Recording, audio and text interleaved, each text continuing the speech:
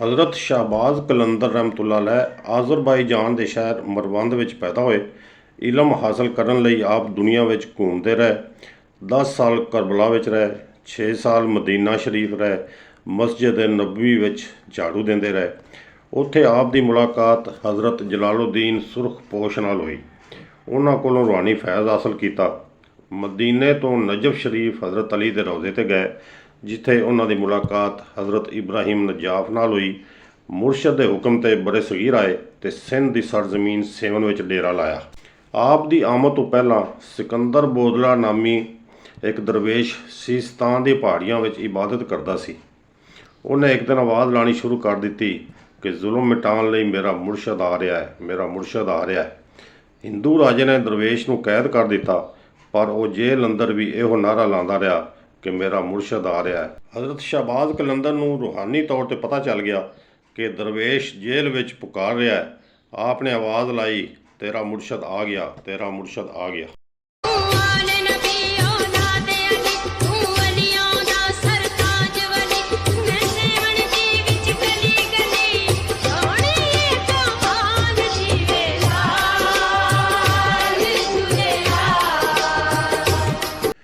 सखी शाहबाज़ कलंदर का असल नाम हज़रत सैयद उस्मान मरवंदी सी।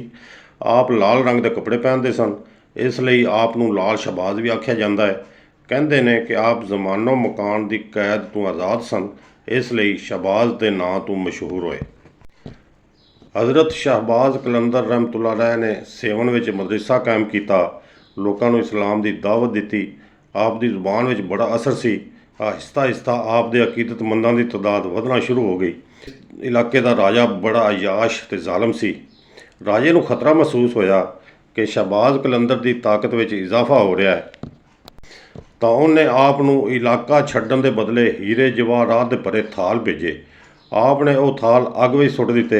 हीरे जवाहरात अग में सड़ के सुआह हो गए।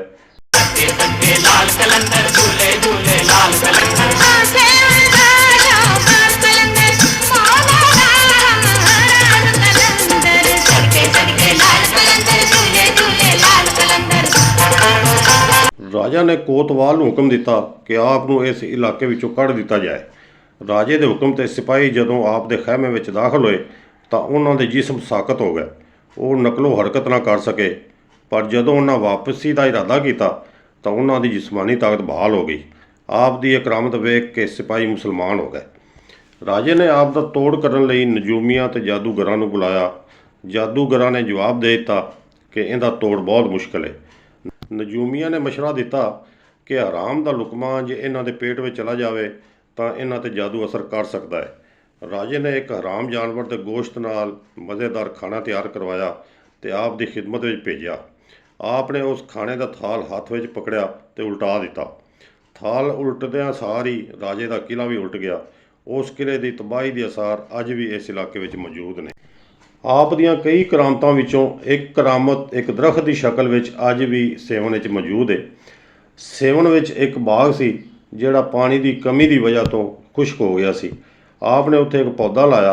वो पौधा लांदियां सार ही वो बाग हरा भरा हो गया। शाह ईरान रज़ा शाह पहलवी नूं शाहबाज़ कलंदर ते हज़रत दाता गंज बख्श नाल बड़ी अकीदत सी। उन्हें सोने के 2 दरवाजे बनवा के पाकिस्तान भेजे। वज़ीर आज़म जुल्फ़कार अली भुट्टो ने एक दरवाज़ा दाता साहब के मज़ार ते दूजा शाहबाज़ कलंदर के दरबार ते नस्ब कराया। ये दरवाजे अज भी पूरी शानो शौकत नाल मौजूद ने। मज़ार के हाथे में धमाल होंदी है, जिन्हों 1.25 लाख लोगों की धमाल कहा जाता है। इस धमाल में मुसलमान, हिंदू, सिख, ईसाई हर मजहब के लोग शामिल होंदे ने ते धमाल के दौरान अपना मजहब भुल के आपस में घुल मिल जाते हैं।